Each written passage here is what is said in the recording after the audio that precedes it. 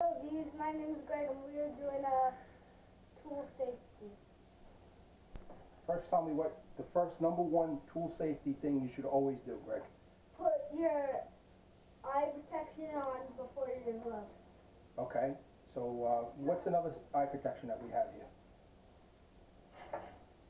What would you use those eye protection for? Outside experiments. That's correct. Okay, so right here we have a 3M eye protection, shatterproof. These are good for working outdoors. You could use them every day as sunglasses. They actually saved me one day when a bungee cord snapped when I was carrying some boxes into the house, and the bungee cord hit the glasses and saved my sight, actually, and they're really cheap, 10 bucks. All right, what else you got there, Greg? What's on your hands? Wait, you didn't describe what's on your hands. Safety. We have safety leather gloves. Okay, and what would you use those safety gloves for? What kind of projects? Working with what? Working with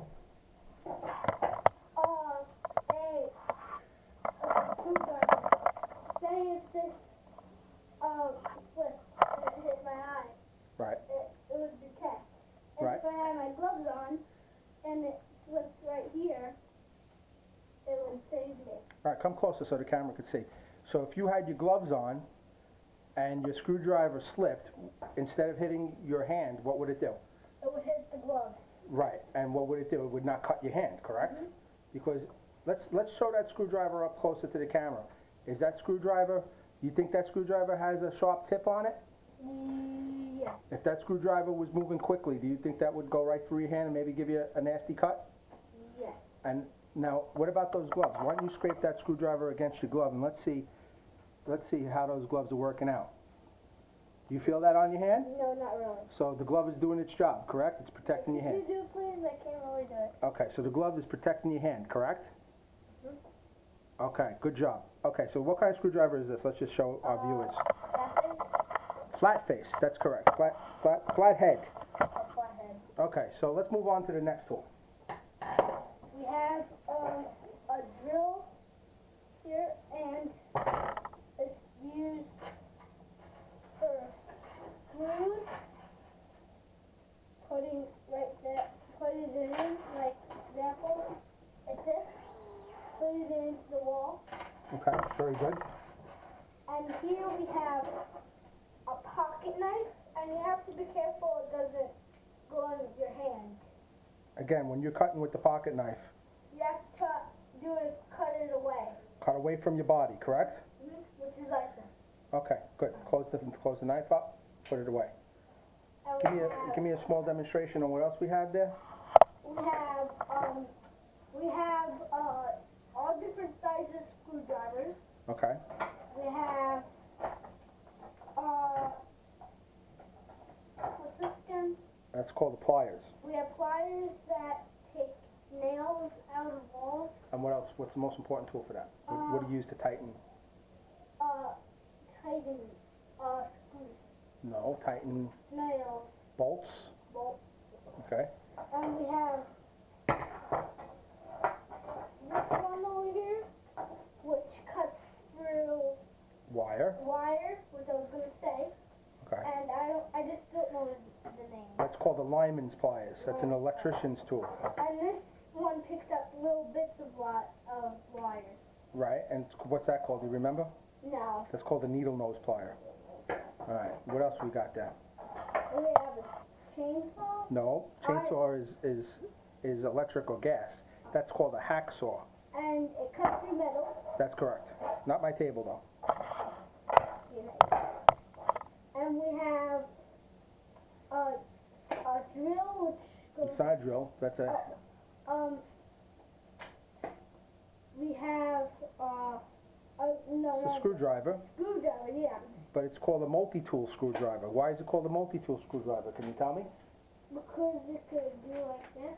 Right? Does it have more than one size? More, yeah. Okay, so why don't you put that down? Okay.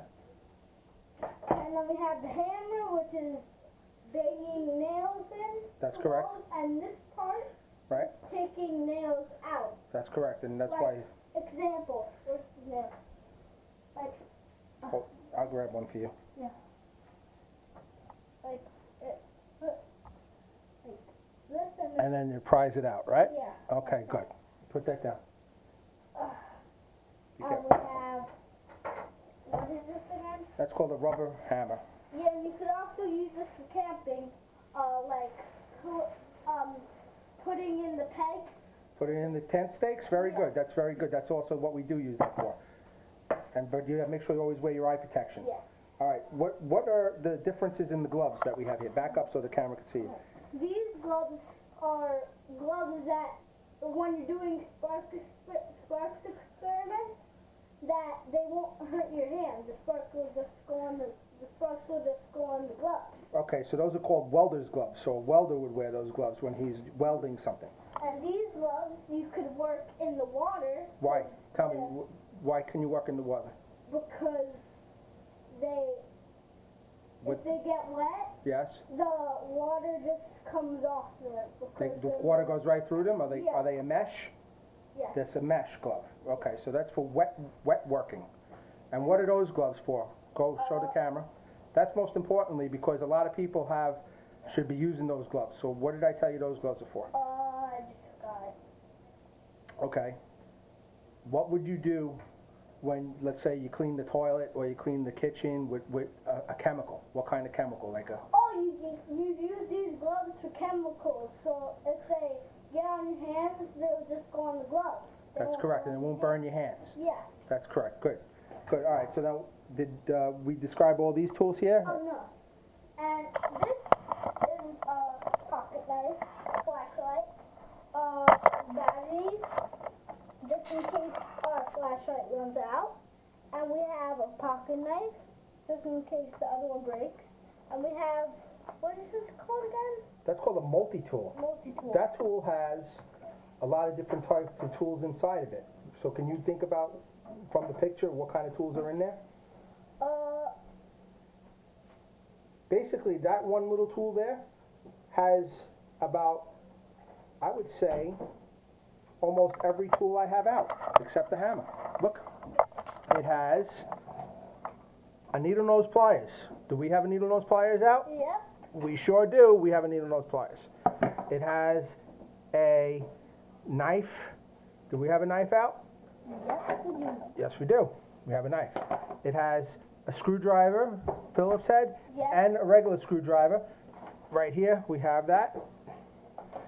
It has a can opener we don't have. It has a file we don't have. It has a saw. We have a saw. That cuts the middle. Okay? And here is you're spray painting with these. Right? And they have a bad smell. Right. And you could actually breathe from the poisonous from the smell. Well, what does that device do, Gregory? What is that called? You could breathe Right? while, Well, hold it up and show me what it does. Hold it up to the camera. while you're spray painting poisonous, like these, Right? for example, you could breathe from the poisonous. So, in other words, what's that word say? Can you read that? Respirator. Respirator. You know what a respirator does? Yes. It filters out the harmful fumes, and it allows you to breathe while you're working with dangerous chemicals. Like I just So, yes, you did. So, what would be something else on this table if you're working with a dangerous chemical that you would use? You would use the respirator, okay. And what something else would you use? The glove. These kinds of gloves here. So, if you were working with spray paint, what three important safety things would you be using?